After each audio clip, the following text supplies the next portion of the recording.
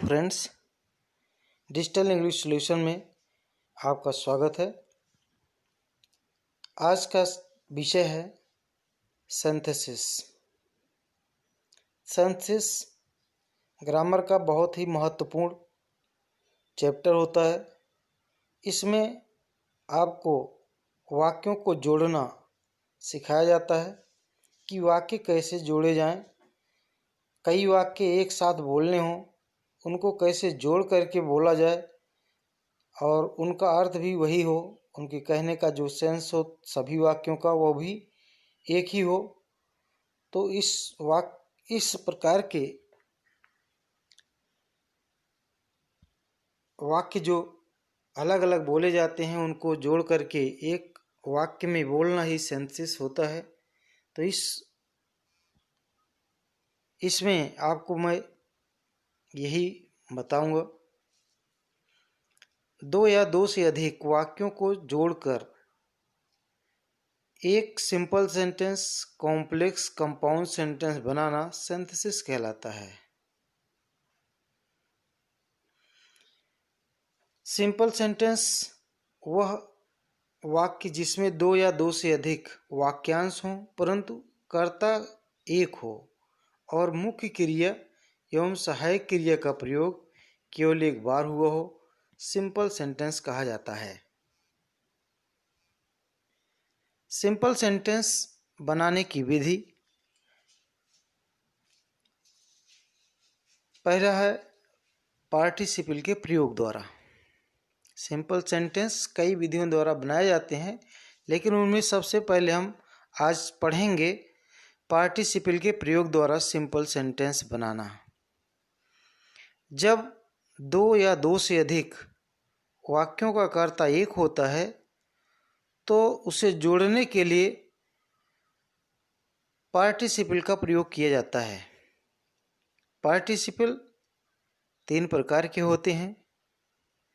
There are three kinds of participle. First of all present participle, second past participle and third perfect participle. तो हम इनका अलग अलग अध्ययन करेंगे। तो इस वीडियो में मैं प्रेजेंट और पास्ट पार्टिसिपल के बारे में डिटेल से बता रहा हूँ। फर्स्ट है प्रेजेंट पार्टिसिपल। प्रेजेंट पार्टिसिपल का निर्माण वर्ब के पहले रूप में आईएनजी जोड़ने से होता है। इसका हिंदी में अर्थ निकालने पर अंत में कर करके आता है। प्रेजेंट पार्टिसिपल का प्रयोग उन वाक्यों को जोड़ने के लिए किया जाता है जिनका कर्ता एक होता है और कर्ता के द्वारा किए गए कार्यों के बीच नाम मात्र के समय का अंतराल होता है। तो आपको इस बात का ध्यान रखना होगा, जो प्रेजेंट पार्टिसिपल से जुड़ने वाले वाक्य होते हैं उनकी जो कंडीशंस हैं वो वाक्य पर अप्लाई होनी चाहिए, तभी वो वाक्य प्रेजेंट पार्टिसिपल से जुड़ करके सिंपल बनेगा। वाक्यों को आपस में जोड़ते समय पहले होने वाली क्रिया को प्रेजेंट पार्टिसिपल में बदल दिया जाता है और वाक्य के प्रारंभ में लिख दिया जाता है। कर्ता का प्रयोग अंतिम वाक्य के प्रारंभ में किया जाता है और दूसरे वाक्य को उसी प्रकार उतार लिया जाता है। तो आपको ध्यान देना है, इसी बात का ध्यान देना है कि आपको शर्त याद हो कि कौन सी जो शर्त है वो जिस नियम का प्रयोग करने जा रहे हैं उस पर लागू होगा कि नहीं लागू होगा। अगर लागू होता है तभी आप जो है यह काम करेंगे। जोड़ने के लिए आपको ध्यान देना पड़ेगा कि जब जोड़ रहे हैं तो जो काम पहले हो रहा है उसी की क्रिया को पार्टिसिपल में बदल करके लिखना पड़ता है। जब दूसरा वाक्य लिखने लगें तो दोनों वाक्यों का कर्ता चूंकि इसमें एक ही होता है, इसलिए उस कर्ता को जो अंतिम वाक्य जुड़ता है, चाहे दो वाक्य है तो दूसरे वाक्य के प्रारंभ में, तीन वाक्य जुड़ेगा तो तीसरे वाक्य के प्रारंभ में कर्ता का प्रयोग एक बार होता है और क्रिया का भी प्रयोग एक ही बार होता है। बाकी को एडवर्ब, एडजेक्टिव या नाउन में बदल करके लिखा जाता है। यदि बीच में और क्रियाएं आती भी हैं तो वह वाक्य में या तो एडवर्ब का काम करती हैं या एडजेक्टिव का काम करती हैं या फिर नाउन का काम करती हैं। अतः आप जब जोड़ें तो इस बात का ध्यान रखें कि आप भूल से भी दो क्रिया या दो कर्ता का प्रयोग वाक्य में ना करें। एग्जाम्पल के थ्रू आप इसको ज़्यादा समझ सकते हैं। फर्स्ट एग्जाम्पल है turn your right you will see the clock tower. तो टर्न तो योर राइट अपने दाएं मुड़ो, तो ये एक प्रकार का इम्परेटिव सेंटेंस है और इम्परेटिव सेंटेंस में हमेशा यू छिपा होता है। तो दूसरे वाक्य में यह यू प्रकट है, दिख रहा है आपको, you will see the clock tower. तो दोनों वाक्यों का कर्ता आप जान लीजिए कि दोनों का वाक्यों का कर्ता एक ही है, यू। इसलिए कर्ता जब एक है और जो काम किया जा रहा है टर्न टू योर राइट, आप दाहिने मुड़िए अपने, आपको क्लॉक टावर दिखेगा। तो मुड़ने और क्लॉक टावर के दिखने में ज़्यादा समय का अंतराल नहीं होता है, इसीलिए जो है यहाँ पर आपको प्रेजेंट पार्टिसिपल का प्रयोग करके इसे ऐड करना है।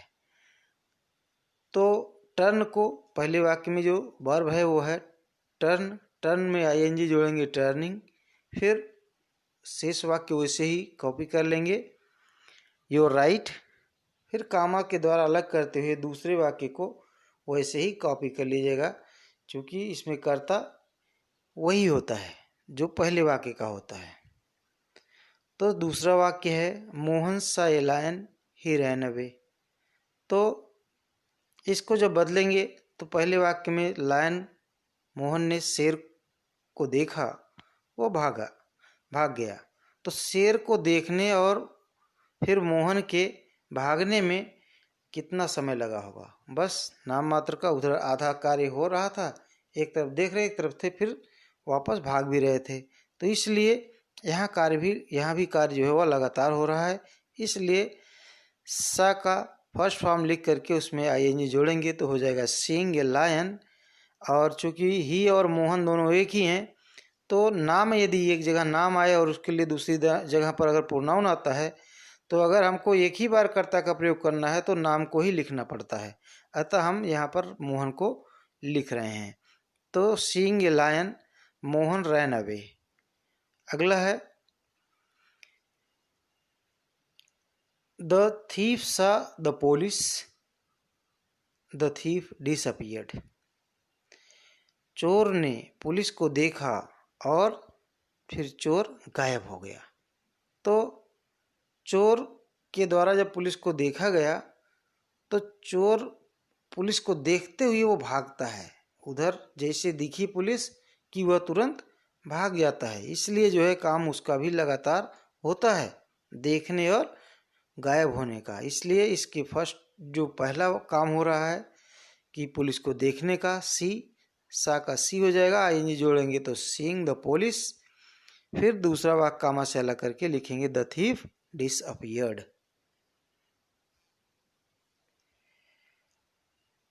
अगला नियम है यदि पहले वाक्य में मुख्य क्रिया ना आई हो और सहायक क्रिया मुख्य क्रिया का कार्य कर रही हो, तो उस वाक्य को सिंपल सेंटेंस बनाते समय क्रिया को हटा दिया जाता है और वाक्य की शुरुआत बीइंग से की जाती है।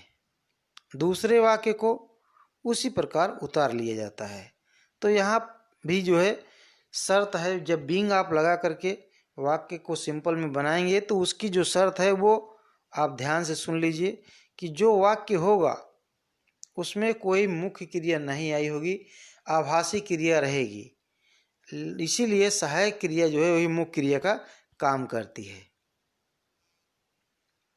इसका एग्जाम्पल आप देखें, बिल्कुल सरल। He was hungry he ate too much. तो ही वॉज हंगरी, वह भूखा था, वह खूब खाया। तो इसका मतलब हंगरी पहले वाक्य में वाज हंगरी, होना, इसमें होना शब्द जो क्रिया है और हंगरी जो है वह आभासी क्रिया है जो केवल फील की जाती है। तो इसीलिए वाज को हटा करके बीइंग हंगरी किया गया और कर्ता का प्रयोग लास्ट वाले सेंटेंस में ऐड करके वैसे उतार लिया गया। दूसरा है he was sad he refuse to help me. तो he was sad he refuse to help me में भी ही बीइंग सैड, आप देख रहे हैं दुखी होना, ये भी एक आभासी क्रिया होती है, ये किया नहीं जाता है, आदमी इसको फील करता है, तो इसलिए यहाँ भी बीइंग का प्रयोग किया जा रहा है। तो being sad he refuse to help me. फिर इसी प्रेजेंट पार्टिसिपल में अगला नियम है, यदि एक वाक्य में कर्ता के द्वारा कोई कार्य किया जा रहा हो और दूसरे वाक्य में कर्ता कर्म का कार्य कर रहा हो, उन वाक्यों को आपस में जोड़ते समय वाक्य की शुरुआत व्हाइल से की जाती है और दूसरे वाक्य को उसी प्रकार उतार लिया जाता है। यानी जो दूसरा वाक्य होगा वह पैसिव वॉइस में लिखा होगा, अर्थात जो कर्ता पहले वाक्य का कर्ता है दूसरे वाक्य में कर्म के रूप में लिखा होगा, लेकिन पैसिव वॉइस में लिखा होने के कारण वह वाक्य के प्रारंभ में लिखा जाएगा कर्ता का जो कर्म होता है उसका कर्ता बना करके। पैसिव वॉइस के नियम का यहाँ थोड़ा सा ध्यान रखना होगा ताकि आपको कोई गलती आपसे ना हो। एग्जाम्पल में आप देख सकते हैं, I was walking in the garden I was bitten by a snake. तो एक कार्य हो रहा था और फिर दूसरा वाक्य का कर्ता जो है स्नेक है, और लेकिन आई वाक्य प्रारंभ इसलिए आया है क्योंकि यह वाक्य पैसिव वॉइस में लिखा हुआ है। वैसे तो आई ऑब्जेक्ट के रूप में है, लेकिन वाक्य पैसिव वॉइस में होने के कारण ये सब्जेक्ट का कार्य कर रहा है। तो वाक्य की शुरुआत में व्हाइल से करेंगे, while walking in the garden I was beaten by a snake. तो इसी प्रकार से आप बहुत सारे एग्जाम्पल्स अपने किताबों से भी देख सकते हैं। नियम मैंने आपको स्पष्ट रूप से बता दिया है। यदि आपको नियम में कहीं कोई समझ में नहीं आता है तो कमेंट में ज़रूर लिख करके बताइए। आपकी जो भी परेशानी होगी, जो भी समस्या आती है, जो शंका होती है, उसको दूर किया जाएगा। जब अगला नियम है, जब वाक्य में कोई ऑब्जेक्ट आया हो और दूसरे वाक्य का सब्जेक्ट वही ऑब्जेक्ट हो,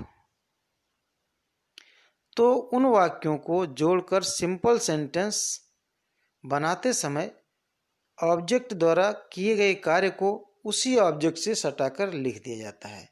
ये भी नियम बहुत ही सरल है दोस्तों।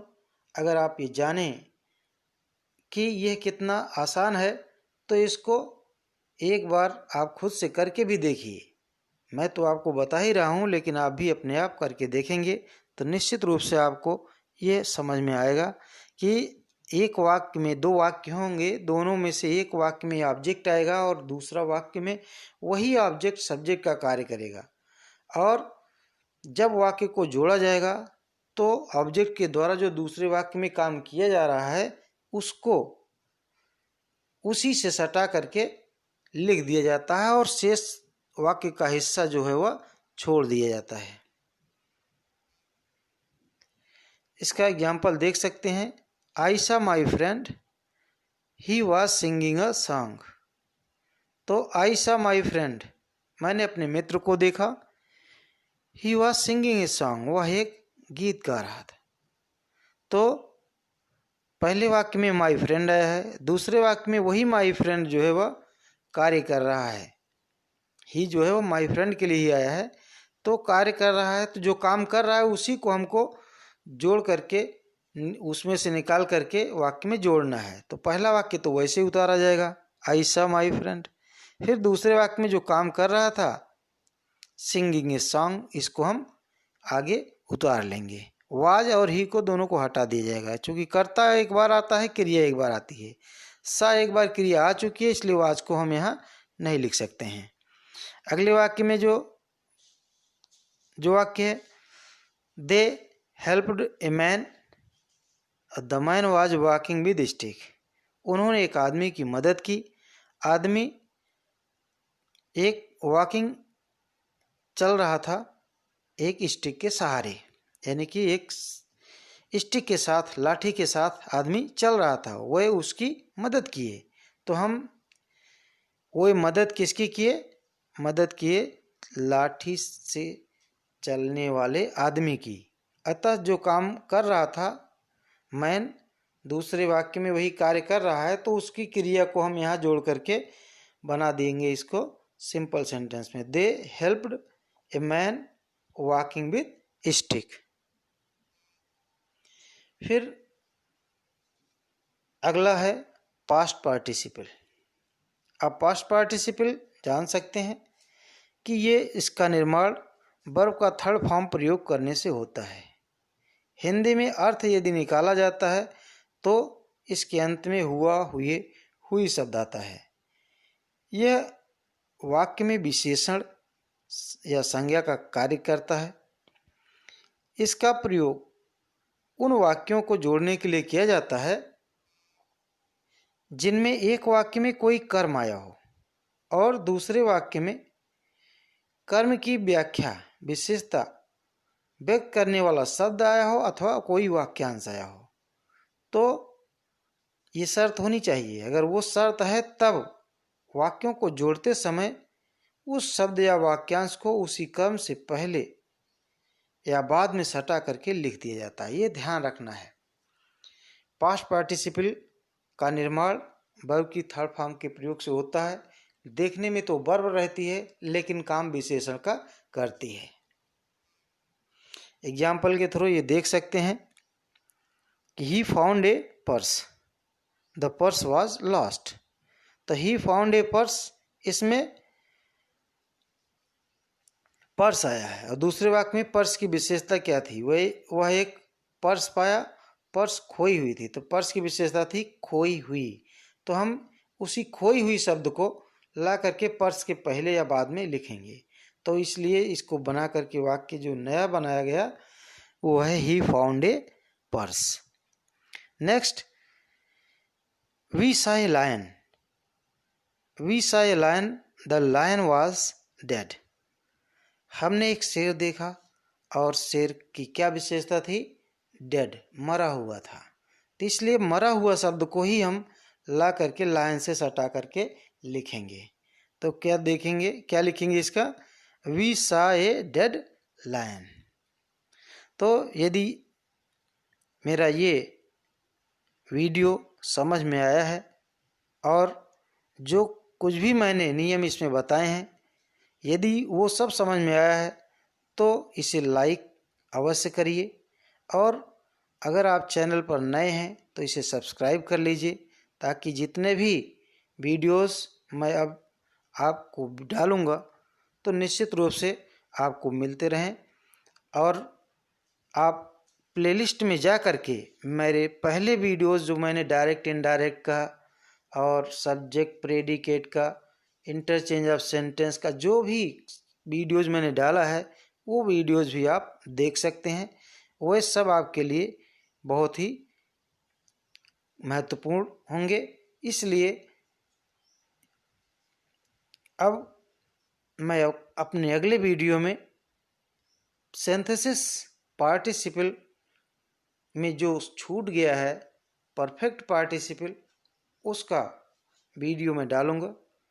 और आप यदि लगातार वीडियोस देखते रहते हैं तो निश्चित रूप से आपको इसका लाभ मिलेगा। और जो कुछ भी अगर आप अलग से जानना चाहते हैं ग्रामर के बारे में, चाहे जिस टॉपिक पर, चाहे ट्रांसलेशन हो, ट्रांसफॉर्मेशन हो, सिंथेसिस हो और एसे राइटिंग, एप्लीकेशन राइटिंग, कोई भी चीज़ जो आप जानना चाहते हैं आप कमेंट में लिखें, ज़रूर आपको मैं उसका जो है जवाब दूंगा। जो भी उसके लिए आवश्यक होगा वो सब मैं करूंगा। आपकी सारी परेशानियां जो ग्रामर को लेकर के हैं उसे दूर करने की कोशिश करूंगा।